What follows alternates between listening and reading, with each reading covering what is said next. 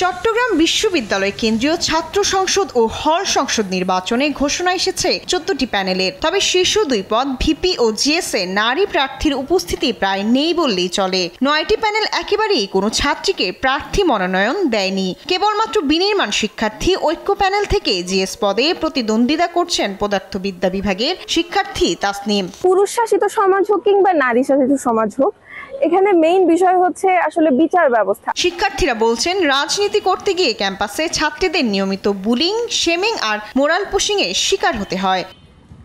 চাকসু নির্বাচনে মোট 260 পদের মধ্যে নারী প্রার্থী হয়েছেন মাত্র 37 জন। এমন না যে নারীরা নেতৃত্ব দিতে পারে না বা নেতৃত্ব দেয় না।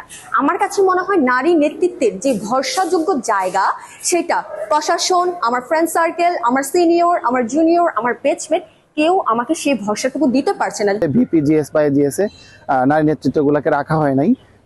সর্বোচ্চ একটা প্যানেলে মনে হয় জিএস রাখা হয়েছে এবং একটা প্যানেলে জিএস রাখা হয়েছে। শিক্ষার্থীরা বলছেন, বিভিন্ন আন্দোলনে নারীরা সামনে থাকলেও নির্বাচনে তাদের প্রার্থী না করায় বিস্ময় তৈরি হয়েছে।